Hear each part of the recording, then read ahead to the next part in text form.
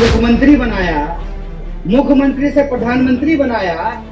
अब उस महानुभाव का दर्शन चुनाव टू चुनाव ही होता है। तो प्रधानमंत्री का कार्य चल रहा था, मुख्यमंत्री जी दौड़ रहे थे। अरे मैं होता ना तो मैं अपनी बाइक पे बिठा लेता उनको। सबसे आगे मोदी जी, अगल बगल में पूरा उनका कुनबा। मोदी जी कहते हैं कि हम किसके लिए चोरी करेंगे, वही बगल में जो लोग खड़ा हैं उसके लिए। जो पवित्र पेशा जिसको हम कहते थे, धर्म का काम, उसको भी लोगों ने धंधा बना दिया है। मैं जब भी मौका लगता है खोल के देखता हूं, ये देखने के लिए कि कोई चैनल ये बात बताएगा कि कैसे गुजरात के हर डिपार्टमेंट में ठेकों पर लोगों को नौकरियां दी गई है। जब 1942 में भारत छोड़ो आंदोलन हो रहा था, तब भी कुछ अंग्रेज के जासूस थे जो उसमें शामिल नहीं हुए थे। और आज 2022 में जब भारत जोड़ो आंदोलन हो रहा है, तो अब भी कुछ अमेरिका के जासूस हैं जो उसके खिलाफ भी बोल रहे हैं।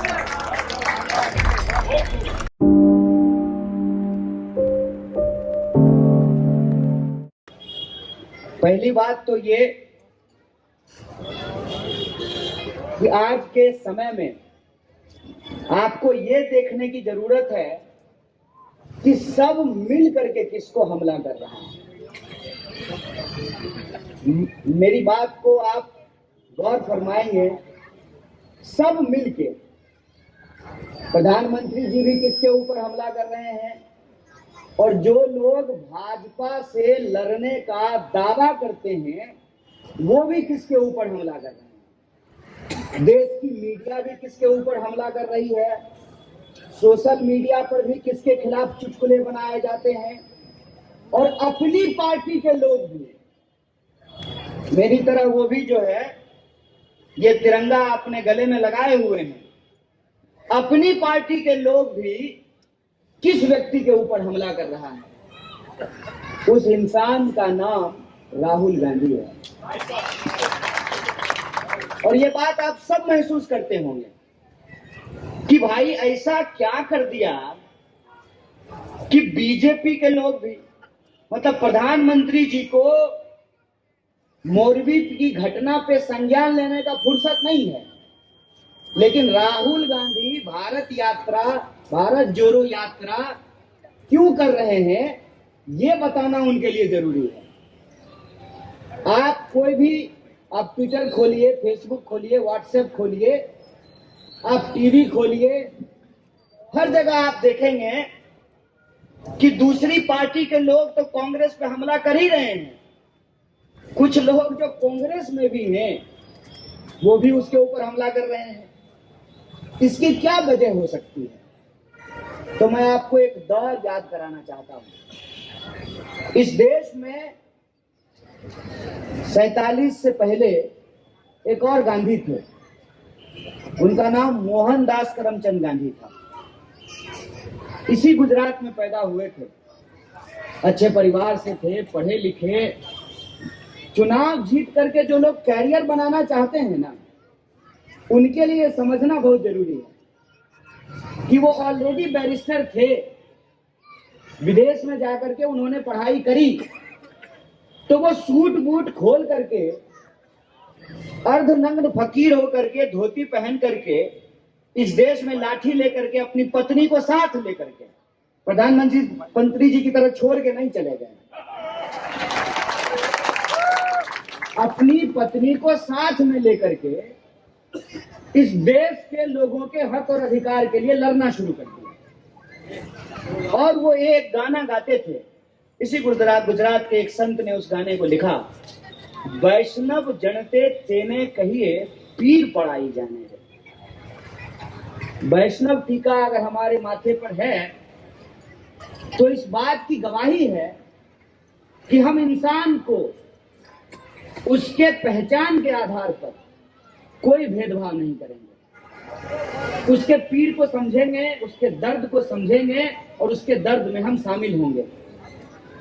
वो इंसान उत्तर से लेकर के दक्षिण तक, पूरब से लेकर के पश्चिम तक, वहां भी जहां लोगों को गुजराती, हिंदी या अंग्रेजी समझ में नहीं आती थी। मैं भारत जोड़ो यात्रा में चल रहा हूं, भारत यात्री हूं। सुदूर तमिलनाडु के गांव में जहां लोगों को गुजराती नहीं आती है, वहां भी गांधी का आश्रम है। कर्नाटका के गांव में गांधी का आश्रम है। तो उस इंसान से देश के लोग क्यों जुड़ रहे थे? क्योंकि वो इंसान इंसानियत के दर्द को समझ रहा था। इसीलिए वो कहते थे, रघुपति राघव राजा राम, पतित पावन सीता राम, ईश्वर अल्लाह तेरो नाम, सबको सन्मति दे भगवान। और उस गांधी के खिलाफ जिन्ना भी बोलते थे और सावरकर भी बोलते थे।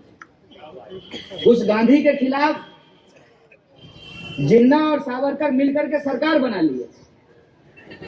हिंदू महासभा कहती थी कि हिंदू और मुसलमान साथ में नहीं रह सकते हैं। मुस्लिम लीग भी कहती थी कि हिंदू और मुसलमान साथ में नहीं रह सकते हैं। मतलब कन्हैया का सवाल गयासुद्दीन नहीं लड़ सकते हैं और गयासुद्दीन का सवाल कन्हैया नहीं लड़ सकता है। यही भाषा हुई ना। और गांधी कह रहे थे, ईश्वर अल्लाह तेरो नाम, सबको सन्मति दे भगवान। और नतीजा ये हुआ कि इस देश का बंटवारा हो गया, अपनी जमीन बट गई। लेकिन जो जमीन बच गई ना, उस जमीन को एक और गुजराती थे, सरदार वल्लभ भाई पटेल, जिन्होंने कहा कि अपनी बची हुई जमीन को हम बंटने नहीं देंगे 500 टुकड़ों में। और उन्होंने एक भारत का निर्माण किया, कन्याकुमारी से लेकर के कश्मीर तक, गुजरात से लेकर के अरुणाचल तक, वो भी इसी गुजरात में पैदा हुआ। ये जो जमीन से जुड़ा हुआ भारत है, आज उस भारत को उसकी पहचान के आधार पर, उसकी भावना के आधार पर कमजोर किया जा रहा है। और ये महसूस हम सब कर रहे हैं, लेकिन कोई रास्ता नजर नहीं आ रहा है। ऐसे समय में हम खड़े हैं कि पता ही नहीं चलता है। आप अपने दिल पे हाथ रख करके कहिए, मेरे भी घर के लोग जो है पुलिस में नौकरी करते हैं। आपके साथ अगर कोई घटना हो जाए तो आपके दिमाग में आता है कि पुलिस स्टेशन चले जाएं? नहीं आता है। आपको लगता है वहां जाएंगे ना, थाना पुलिस का चक्कर पड़ेगा। आता है कि नहीं आता है? ये सच है हमारा। ये सच है कि कोई ऐसा पेशा नहीं बचा है जिस पे आप आंख बंद करके भरोसा कर सकते हैं। नेता मतलब गाली। आजकल तो जो पवित्र पेशा जिसको हम कहते थे, धर्म का काम, उसको भी लोगों ने धंधा बना दिया है। आप सोच करके हमको बताइए कि धर्म का काम मंदिर, मस्जिद, गुरुद्वारा, चर्च में है, लोग उसको विधानसभा और पार्लियामेंट में लेकर के क्यों आते हैं? इबादत, पूजा, वो आपका व्यक्तिगत मसला है, उसको लोग राजनीति में लेकर के क्यों आते हैं? इसलिए आते हैं कि ये ज्ञान जो है ना, लोग अंग्रेजों से सीखे हैं।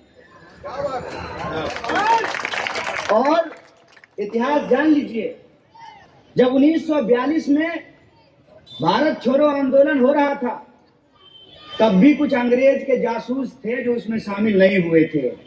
और आज 2022 में जब भारत जोड़ो आंदोलन हो रहा है, तो अब भी कुछ अमेरिका के जासूस हैं जो उसके खिलाफ में बोल रहे हैं। ये बात मैं आपको इसलिए कह रहा हूं कि चुनाव का क्या है, विधानसभा का चुनाव है। आइए बैठ जाइए, बैठ जाइए, इनको भी बैठने दीजिए, बढ़िया लगेगा।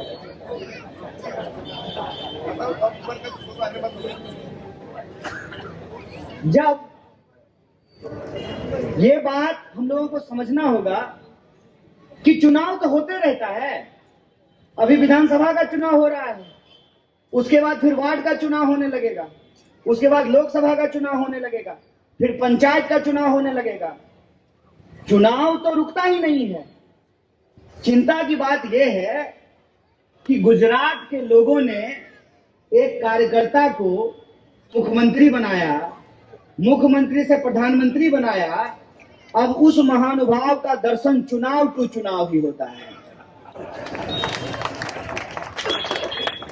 चुनाव टू चुनाव ही होता है।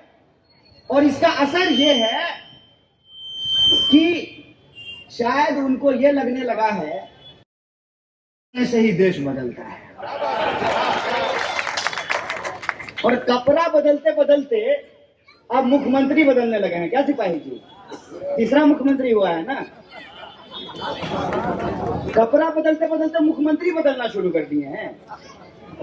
खुद भूपेंद्र पटेल को नहीं पता था कि मुख्यमंत्री होने वाले हैं। अब आपके मन में यह प्रश्न होना चाहिए कि आप वोट किसको दे रहे हैं। अगर मोदी जी को वोट दे रहे हैं, क्योंकि मैंने देखा कि उनका फोटो सबसे बड़ा लगा हुआ है पूरे अहमदाबाद में। सबसे आगे मोदी जी, अगल बगल में पूरा उनका कुनबा। मोदी जी कहते हैं कि हम किसके लिए चोरी करेंगे, वही बगल में जो लोग खड़ा हैं उसके लिए। तो बगल में जो लोग खड़े हैं, अगर आप उनको देख करके वोट नहीं दे रहे हैं, मोदी जी को देख करके वोट दे रहे हैं, तो आप इसका मतलब चाहते हैं कि मोदी जी गुजरात में रहें। और मोदी जी गुजरात में तभी रहेंगे ना जब आप भूपेंद्र पटेल साहब को चुनाव हरा देंगे। तो आप तय कर लीजिए कि आपको चाहिए क्या। अगर आपको मोदी जी नहीं चाहिए तो फिर मोदी जी से ये सवाल पूछिए कि हम आपको वोट दिए तो आप पहले आनंदी पटेल जी को जो है मुख्यमंत्री बनाए, पता नहीं अगर अच्छा काम किए तो फिर उनको हटा क्यों दिए, अगर बुरा काम किए तो फिर उनको राज्यपाल क्यों बना दिए। फिर दूसरे मुख्यमंत्री आए रूपानी साहब। अब ये बताइए कि वो अच्छा काम किए कि बुरा काम किए। अगर अच्छा काम किए तो हटा क्यों दिए, अगर बुरा काम किए तो सिर्फ चिट्ठी क्यों लिखवाए, उनको पार्टी से सस्पेंड क्यों नहीं कर दिए, सिर्फ विधानसभा का ही टिकट क्यों काटा, पार्टी से भी बाहर कर देना चाहिए।